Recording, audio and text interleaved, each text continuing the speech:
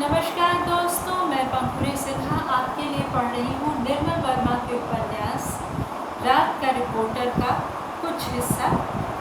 और सबसे पहले इस उपन्यास की शुरुआत में एलियास केनेडी, प्रसिद्ध लेखक, नोबेल विजेता, उनका कहा हुआ कुछ उद्धृत है।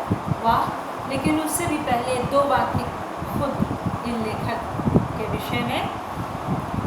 एलियास केनेडी जर्मन भाषी एक लेखक थे, शायद यहूदी, और एक ही उपन्यास लिखा है उन्होंने। उन्हें 1981 में नोबेल मिला, लेकिन उनके मेमोइर्स बहुत से हैं। The tongue set free, the torch in my eyes वगैरह वगैरह। हिटलर पर उन्होंने लिखा है, काफ्काज सेकेंड ट्रायल, बहुत सी उनकी किताबें हैं, लेकिन सबसे प्रसिद्ध उनकी किताब क्राउड एंड पावर। तो ये है एलियास केनेडी, और इनका एक वाक्य उद्धृत है यहाँ। उनका जन्म बल्गेरिया में हुआ और पिता की मृत्यु 1912 में होने के बाद उनकी माँ उन्हें मैनचेस्टर, इंग्लैंड ले आई। लेकिन फिर वो वापस वियना चले गए, और जब नाज़ी आए तो उन्होंने पलायन किया, वहाँ से दोबारा इंग्लैंड आए।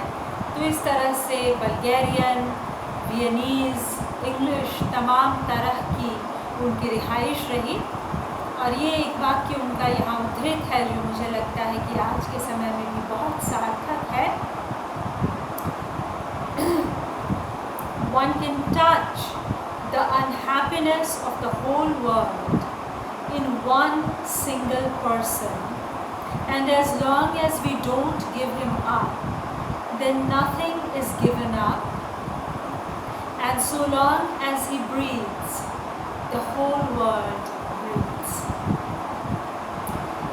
जॉर्ज फ्लॉयड की मुझे याद आ गई, लेकिन ये संकट उससे बड़ा है। बहुत बड़ी बात इन्होंने कही है कि अगर कोई दुखी भी, उसे दुखी होते हुए भी सांस लेने का उतना ही हक है। हर आदमी को जबरन खुश हो जाने का हक नहीं है, और दुखी आदमी को ख़त्म हो जाने की विवशता नहीं होनी चाहिए, उसकी वह स्थिति नहीं होनी चाहिए। आप मेरा आशय समझ गए हैं। दुनिया में कमज़ोर लोगों के लिए एक बहुत मजबूत व्यवस्था होनी चाहिए। ये मेरी अजब है, अजूबा है। चुप जाओ, बैठो, बैठ जाओ नीचे। टेलीफोन बूथ के शीशे के बाहर वह दिखाई दी। एक छोटी सी लड़की साइकिल के पिचके टायर को पेड़ की एक सूखी शाख से हाँकते हुए ले जा रही थी। टायर कभी आगे निकल जाता तो भागते हुए उसे पकड़ लेती। कभी वह आगे निकल जाती और टायर का रबड़ कोलतार की चिपचिपाती सड़क पर अटक जाता, लड़खड़ा कर गिर जाता। वह पीछे मुड़कर उसे दोबारा उठाती, सीधा करती, अपनी शाख हवा में घुमाती, और वह मरियल मेमने सा फिर आगे आगे लुढ़कता जाता। फोन कान से चिपका था, आंखें लड़की पर। धूप के सुनहरी धब्बे बूथ के शीशे पर चमचमा रहे थे। हेलो हेलो, वह कुछ बेताब होकर चिल्लाया। फोन के भीतर की घुर्र घुर्र में दूसरी तरफ की आवाज़ कुछ इस तरह अटक जाती थी जैसे बच्ची का टायर। उसके हाथ के पसीने से फ़ोन चिपचिपा रहा था। हेलो राय साहब, सुनिए, यह मैं हूँ। उसने जल्दी से फ़ोन दूसरे कान में लगाया और धीरज की सांस ली। जी हाँ, मैंने इसलिए फ़ोन किया था कि आज मैं देर से आऊँगा। जी हाँ, पहली किश्त अपने साथ ले आऊँगा। जी नहीं, घर में सब ठीक है। माँ, उनके बारे में क्या? वह हंसने लगा। जी नहीं, उन्हें कुछ नहीं हुआ। जी नहीं, उन्हें कुछ नहीं हुआ। ये अजब जो है, ये थोड़ी ज़्यादा ही चंचल है आज। माँ के बारे में बातें हो रही थी। राय साहब की ह्यूमर माँ के आसपास घूमती थी। वे सोचते थे माँ एक बहाना है, एक फैंटेसी जिसकी आड़ में वह उनसे मिलना टालता रहता था। उन्हें कभी विश्वास नहीं होता था कि अधेड़ उम्र के रिपोर्टरों की बूढ़ी माएँ हो सकती हैं। ठीक है, दफ्तर आऊँगा तो बात होगी। नहीं, अभी नहीं, मैं टेलीफोन बूथ से बोल रहा हूँ। दूसरे लोग इंतज़ार में खड़े हैं। उसने फ़ोन को जल्दी से रख दिया। राय साहब की आवाज़ बीच में ही कट गई। आधी इधर आधी उधर। वे शायद अब भी कुछ कह रहे थे, लेकिन वह बूथ के दरवाजे को धकेल कर बाहर निकल आया था। लड़की पहिए का टायर घुमाते हुए बहुत दूर निकल गई थी। हवा में उसकी फ्रॉक गुब्बारे की तरह फूल गई थी, जिसके नीचे दो नंगी टांगे सितंबर की रोशनी में चमक रही थी। फिर वह एक सकरी लेन की तरफ मुड़ी। एक पल पीछे मुड़कर उसकी ओर देखा, टहनी को हवा में घुमाया और पलक छिपाते ही छिप गया। वह ठीक उस ठिकाने को देखता रहा जहां बच्ची लोग थी। नई दिल्ली के इस हिस्से में अक्सर ऐसा होता था। कोई एक क्षण के लिए दिखाई देता था। साइकिल चलाता हुआ कोई क्लर्क, रेंगता हुआ ठेला, रिरियाता हुआ कोई भिखारी। इससे पहले कि आँख उन तक पहुँचे, वे अंतर्ध्यान हो जाते थे। कोई गली उन्हें निगल लेती और सड़क पहले से सुनसान और निस्पंद पड़ी रहती, जैसे वहाँ किसी तरह की घटना या दुर्घटना होना असंभव। शायद इसीलिए उन्होंने यह जगह चुनी थी, खाली और खुली सड़क, जहाँ कोई उन पर संदेह नहीं कर सकता था। हम यहाँ मिलेंगे, टेलीफोन बूथ के आगे, ठीक इसी वक्त। उन्होंने घड़ी देखी, फिर उससे कहा, आप भी अपनी घड़ी देखिए। 11 बजने में 5 मिनट बाकी थे। बस ठीक 11 बजे मैं कार में बैठा रहूँगा। आप चुपचाप दरवाज़ा खोलकर भीतर आ जाएंगे। वह चले गए, उसी तरह लोप हो गए, जैसे अभी कुछ देर पहले वह बच्ची आंखों से ओझल हो गई। यह कल हुआ था। तब से पूरे 24 घंटे का राउंड लगाकर धरती इसी जगह आ पहुंची थी, जहां वह अब खड़ा था। वह बैठा क्यों नहीं रहा? क्यों वह एक इशारे से डरे हुए कुत्ते की तरह उनके पीछे पीछे चला आया? अपनी हड़बड़ाहट में वह ठीक से उस आदमी को पहचान भी नहीं पाया, जो चुपचाप लाइब्रेरी के भीतर उसकी कुर्सी के पीछे आकर खड़ा हो गया था। उसकी लंबी आदमकद छाया तिरछी होकर उसकी नोटबुक के सफ़ेद कागज़ पर गिर रही थी। उसने डेस्क से सिर उठाया तो उनका मृदु स्वर सुनाई दिया। माफ़ कीजिएगा, मैं आपको डिस्टर्ब कर रहा हूँ। क्या आप 2 मिनट के लिए बाहर आ सकते हैं?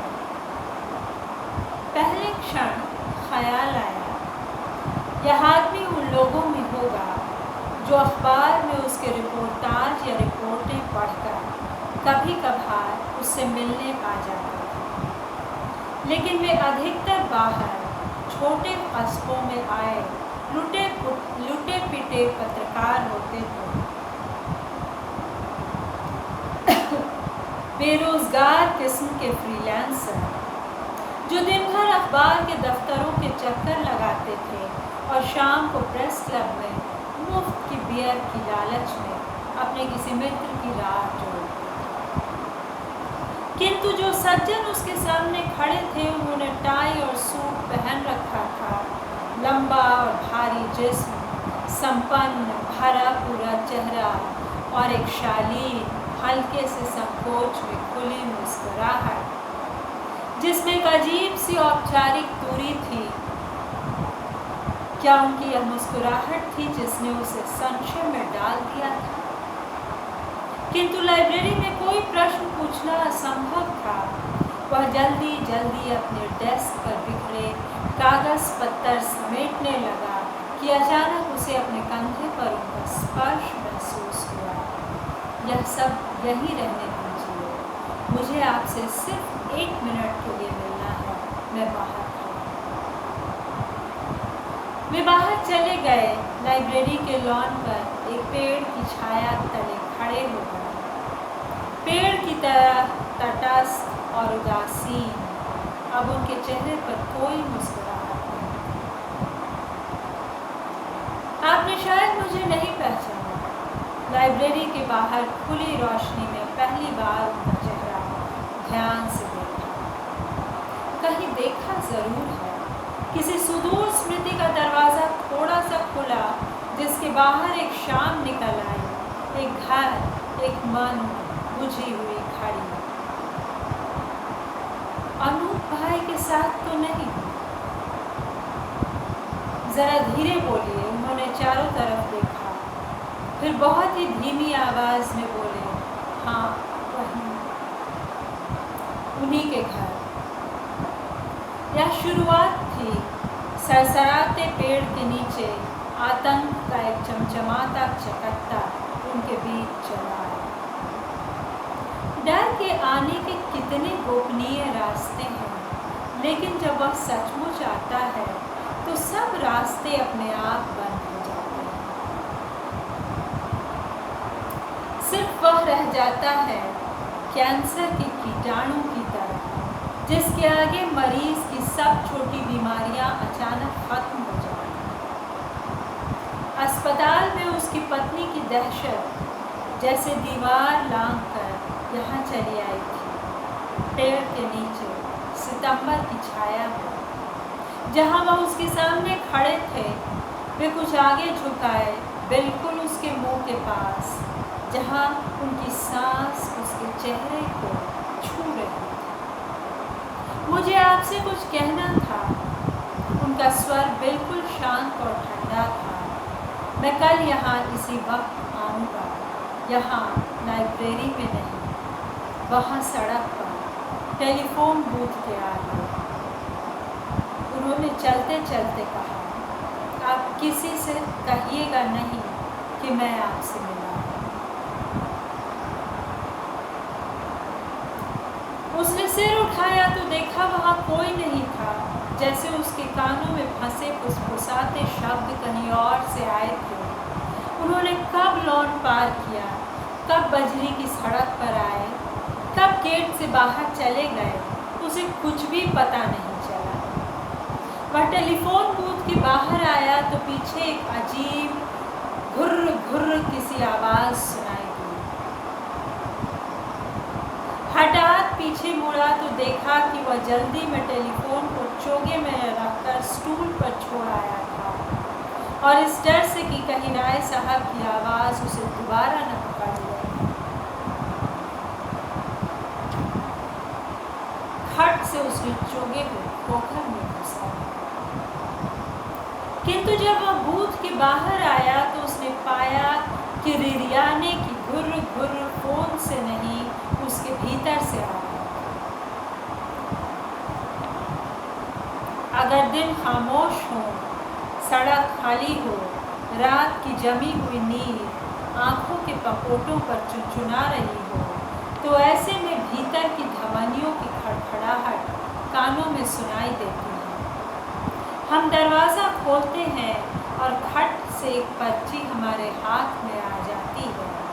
पता नहीं बेचारी देह कितने संदेशे इन पर्चियों पर लिखकर हमारे पास छोड़ जाती है। हम घड़ी देखते हैं, बार बार थूक से मुंह गीला करते हैं अभी आए नहीं। 11 की घड़ी पास सरकती जाती है और हमें लगता है वह हमारे डर को छूकर बहुत आगे निकल गई। डरो नहीं, वह अपने गुप्त कोड में कहती है, तुम्हारे चेहरे का खून और बगलों में टपकता पसीना। डरो नहीं, तुम्हारे चेहरे का खून और बगलों में टपकता पसीना, कनपटियों पर घुर्राती झंझनाहट, ये मैं हूँ।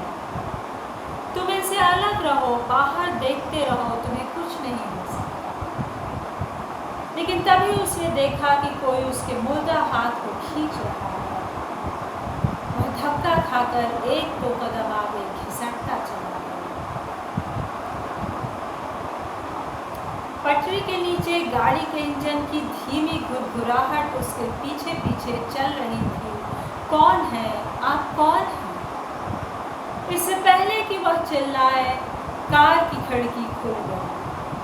एक हाथ ने उसे भीतर खींच लिया, जैसे वह कोई बंडल हो, सीमेंट का बोरा, जिसे बाहर से उठाकर भीतर टिका दिया गया। आप भी अजीब हैं। मैं इतनी देर से हॉर्न बजा रहा हूँ और आप ऐसे खड़े थे जैसे वे कुछ आगे कहते कि हठात रुक गए। वे विंड स्क्रीन के आईने से उसे देख रहे थे। एक हल्के धक्के से गाड़ी आगे बढ़ी तो उनकी आवाज़ सुनाई दी, मैं कुछ लेट हो गया। आप क्या काफ़ी देर से खड़े थे? उनके चेहरे पर वही मुस्कान थी जो कल उसने लाइब्रेरी में देखी थी, पकी हुई, शांत, उदासी। उसने रुमाल से माथे के पसीने को पोंछा। दिल की धुकधुकी कुछ पटरी पर लगी तो कहा, मैं कुछ जल्दी आ गया था, मुझे एक फ़ोन करना था। उन्होंने कोई जिज्ञासा नहीं जताई, शायद उसकी बात भी नहीं सुनी। उसका ध्यान सड़क पर था। उनका ध्यान सड़क पर था, हालांकि वह लगभग खाली पड़ी थी। उन्होंने वही कल वाला सलेटी रंग का सूट पहन रखा था।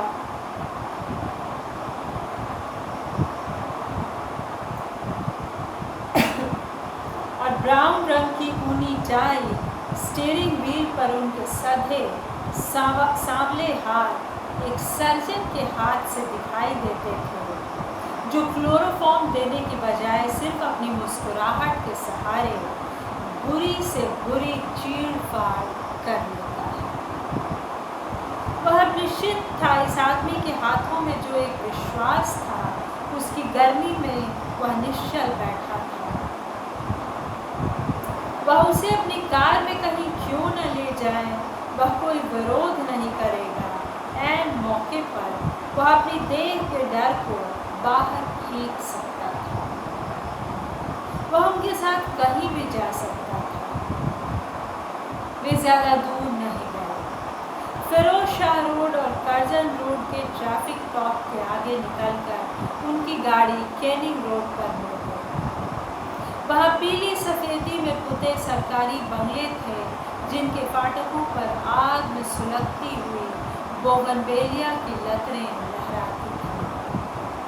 दूसरी तरफ नौकरों, जमादारों और धोबियों के आउट हाउस क्वार्टर थे। वह अचानक एक सकरी गली में मुड़ गए। कुछ दूर तक गाड़ी हिचकिचाती हुई रेंगती रही, फिर एक नाले की तरफ भुलकने लगी और जब बिल्कुल गड्ढे के पास आ गई तो अपने आप रुक गई, मानो उसे यहीं आना था, यहीं रुकना। हियर वी आर, जहाँ हम चैन से कुछ बातचीत कर सकते हैं। उन्होंने जेब से सिगरेट का पैकेट निकाल कर उसकी ओर बढ़ा दिया। आप लेंगे? नहीं, आप लीजिए, मेरे पास है। उन्होंने ध्यान से उसे देखा। आपको बुरा तो नहीं लगा? कल मैं आपको लाइब्रेरी से घसीट लाया और आज यहाँ इस जगह। वह धीरे से हंस दिए, लेकिन उस हंसी में एक हल्की सी थकान थी और एक अजीब सी खिजलाहट भी, जैसे वह जल्दी से जल्दी अपनी जिम्मेदारी से छुटकारा पा लेना चाहते थे। सच पूछिए तो इन दिनों कोई जगह खतरे से खाली नहीं है, इसलिए मैं आपको यहाँ हूँ। उन्होंने धीरे से, मैं समझा नहीं, खतरा कैसे? मैं पिछले कई दिनों से आपसे मिलना चाहता था, लेकिन आप शायद कहीं बाहर थे। जी, आप दिल्ली से बाहर थे। आपको कैसे मालूम? वह अचानक उनकी गिरफ्त से छूटना चाहता था। एक अंधे क्रोध ने उसे पकड़ लिया। मुझे मालूम नहीं आप मुझसे क्या चाहते हैं। कुछ भी नहीं। उनका स्वर एकदम रूखा और भावहीन हो आया। आप चाहें तो मैं आपको वापस लाइब्रेरी छोड़ आता हूँ। वह उन्हें निढाल सा होकर देखता रहा। कौन है यह शख्स? कौन है यह शख्स जिसका नाम भी मुझे नहीं मालूम, लेकिन मैं इनके साथ यहाँ अकेला चला आया? क्रोध की जगह एक पस्त, पथराई हुई, पीछे हटती हुई पशुवत आत्मरक्षा की भावना चली आई। माफ कीजिए, मेरा मतलब यह नहीं था। मैं सिर्फ जानना चाहता था कि 2 दिन से आप मेरे पीछे क्यों पड़े हैं। वे हंसने लगे। अंजलि सिगरेट खिड़की के बाहर फेंक दी। ऋषि साहब, मैं नहीं, वे आपके पीछे लगे हैं। मैं आपको सिर्फ आगाह करना चाहता था और कुछ नहीं। वे कौन? मैं समझा नहीं। आप धीरे धीरे सब समझ जाएंगे। आपको याद है मैं आपसे अनूप जी के घर कब मिला था? मुझे ठीक से याद नहीं, शायद 5-6 महीने पहले, मई के शुरू में। उन्होंने धीरे से कहा। मैंने आपका नाम सुना था, लेकिन आपसे मिलना पहली बार वही हुआ था। वे थोड़ा सा ठहरे, फिर कुछ हिचकिचाते हुए कहा, आपके साथ एक महिला भी थी, शायद आपकी पत्नी? उनकी आंखें उस पर लगी थी। नहीं नहीं, मेरी पत्नी नहीं, वह तो पिछले कई महीनों से अस्पताल में है। माफ कीजिए, क्या कोई सीरियस केस है? नहीं, ऐसी कोई बात नहीं। वह इस घड़ी इस अजनबी आदमी से अपनी पत्नी के बारे में बात करने लायक नहीं था। लेकिन वह महिला? उन्होंने कुछ जिज्ञासा से उसकी ओर देखा। वह पब्लिशिंग हाउस में काम करती है, उसने जल्दी में कहा, जिन्हें आपने देखा था। लेकिन आप कुछ और कह रहे थे। उसने कुछ बेचैन सा होकर उन्हें देखा, लेकिन वे चुप रहे। उनमें कोई अधीरता नहीं थी। वे धीरे धीरे स्टीयरिंग व्हील पर अपनी उंगलियां फेर रहे थे। आपका नाम उनकी लिस्ट में। उनका स्वर बिल्कुल शांत था। कैसी लिस्ट? किसकी लिस्ट में? प्लीज जरा धीरे बोलिए। एक ग्वाला साइकिल पर दूध की बाल्टियां खड़काता हुआ उनके पास से निकल गया। जब वह काफी दूर चला गया तो उन्होंने उसकी ओर देखा। मेरी जानकारी के हिसाब से तो वे इंटेलिजेंस के आदमी होने चाहिए। उसमें औरों के नाम भी थे, उन सब लोगों के जो उस दिन अनूप जी के घर आए थे। लेकिन लिस्ट क्यों? वे उसका क्या करेंगे? पता नहीं क्या करेंगे। शायद कुछ वही जो उन्होंने मेरे साथ किया है। आपके साथ? उसका मन एक बारगी हंसने को हुआ। वे एक ऐसे सुरक्षित, संभ्रांत, भद्रलोक के व्यक्ति जान पड़ते थे जिनके साथ कोई अनहोनी घटना घट सकती है। यह विचार ही कुछ अनर्गल जान पड़ता था। क्या चाहते थे आपसे? सब कुछ। मुझे नहीं मालूम था किसी को मेरी जिंदगी में इतनी दिलचस्पी हो सकती है। उनके चेहरे पर पहली बार एक परेशान सी व्यथा उभर आई। यह कोई अच्छा अनुभव नहीं था। वे 3 दिनों तक मेरी प्राइवेट जिंदगी, मेरे कारोबार, मेरे मित्रों के बारे में सुबह से शाम तक जिरा करते थे। They grilled me day and night. अजीब बात मुझे यह लगी कि मुझसे वे सिर्फ उन लोगों के बारे में पूछताछ करते रहे जिनके बारे में उन्हें मुझसे कहीं ज़्यादा जानकारी हासिल थी। किसके बारे में?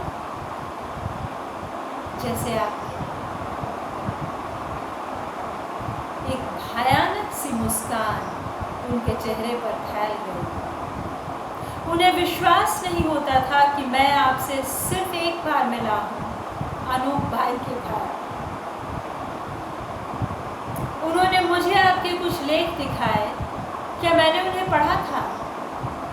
एक फोटो जब आप किसी जुलूस में थे, कोई पिटीशन जिसमें आपने दस्तखत किए थे।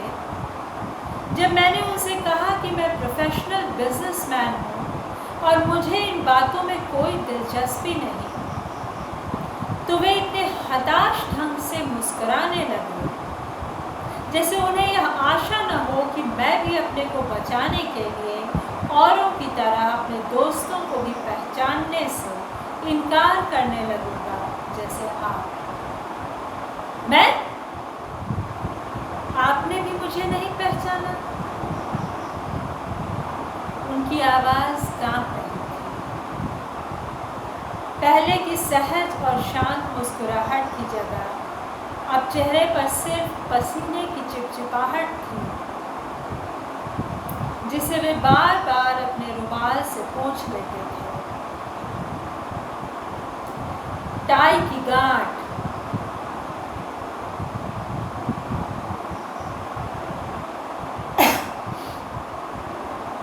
कॉलर से सरक कर एक टेढ़ी आंख सी कमीज पर टंगी थी। वे जैसे किसी दुस्वप्न को एक बार पुनः जी रहे थे। लेकिन आपसे क्यों? वे सीधे सीधे मुझसे क्यों नहीं पूछते? इस बार उनका चेहरा पहले जैसा स्वाभाविक हुआ है। एक हल्की शरारती सी मुस्कुराहट भी चली आई। वे शायद मुझे सबसे ज़्यादा वल्नरेबल समझते थे, weakest link in the chain. मेरा बिजनेस है, बाल बच्चे हैं, राजनीति के नाम पर सिर्फ अनूप भाई को जानता है। वे शायद सोचते थे ज़रा सा डरा धमका कर मुझसे सब कुछ कबूल करवा लें। ज़रा सोचिए, वे घंटों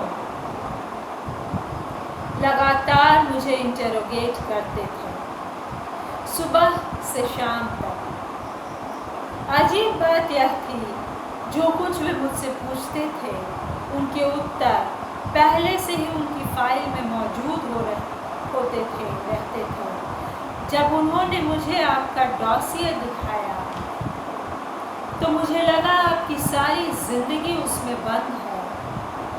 मुझे कुछ गर्व भी हुआ कि जहां हमारे देश की दूसरी सर्विसेज इतनी चुस्त, इतनी सुस्त है, वहाँ हमारा इंटेलिजेंस डिपार्टमेंट सब खबर रखता है। ज़रा देखिए, उनके पास उन सब लोगों के नाम मौजूद थे जो शाम अनूप भाई के घर आए थे। आपको उन्होंने लिस्ट दिखाई थी? और आप क्या समझते हैं, उन्होंने मुझे चाय पर बुलाया था? नहीं, मेरा मतलब मुझे लगता है आपको अब भी मुझ पर विश्वास नहीं हो रहा। आप ऐसा क्यों कहते हैं? उसने कहा, लेकिन एक बात मुझे समझ में नहीं आती। उन्हें क्या मालूम नहीं होगा कि आप मुझे आकर सब कुछ बता देंगे?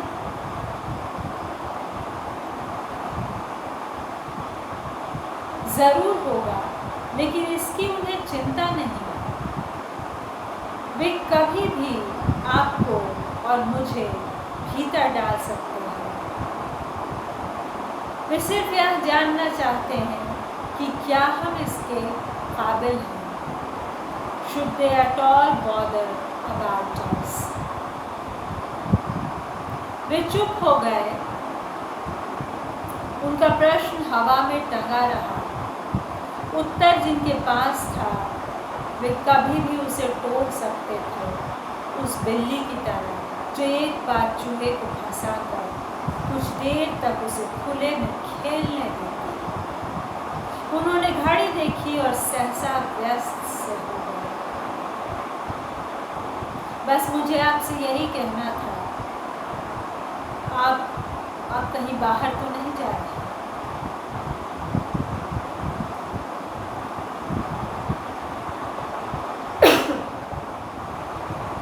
सॉरी, एक हल्का सा जुकाम है जो दस्तक देता है।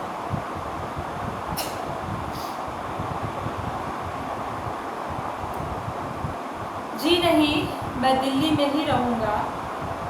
यही ठीक है। आप कुछ ऐसा न करें जिससे उन्हें आप पर कोई शक हो। आप घर में अकेले रहते हैं? जी नहीं, मेरी माँ मेरे साथ रहती है। लेकिन आपकी पत्नी? उन्होंने कुछ अजीब संदिग्ध निगाहों से उसे देखा। वह अस्पताल में है। ओह माफ़ कीजिए, मैं भूल गया। वे कुछ देर तक चुपचाप विंडस्क्रीन के परे कूड़े के ढेर को देखते रहे, फिर उसी ओर मुड़ गए।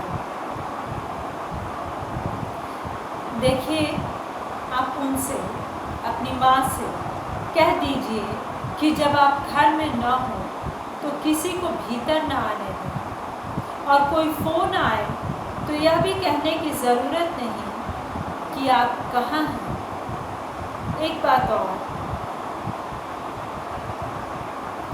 उनका स्वर बहुत धीमा सा हो आया, आप फिलहाल उनकी पत्नी से नहीं मिलिए, वरना वे उन्हें भी परेशान करें। वह चौंक गया। आप उनसे मिले थे? हाँ, एक बार। क्या वे जेल में मिलने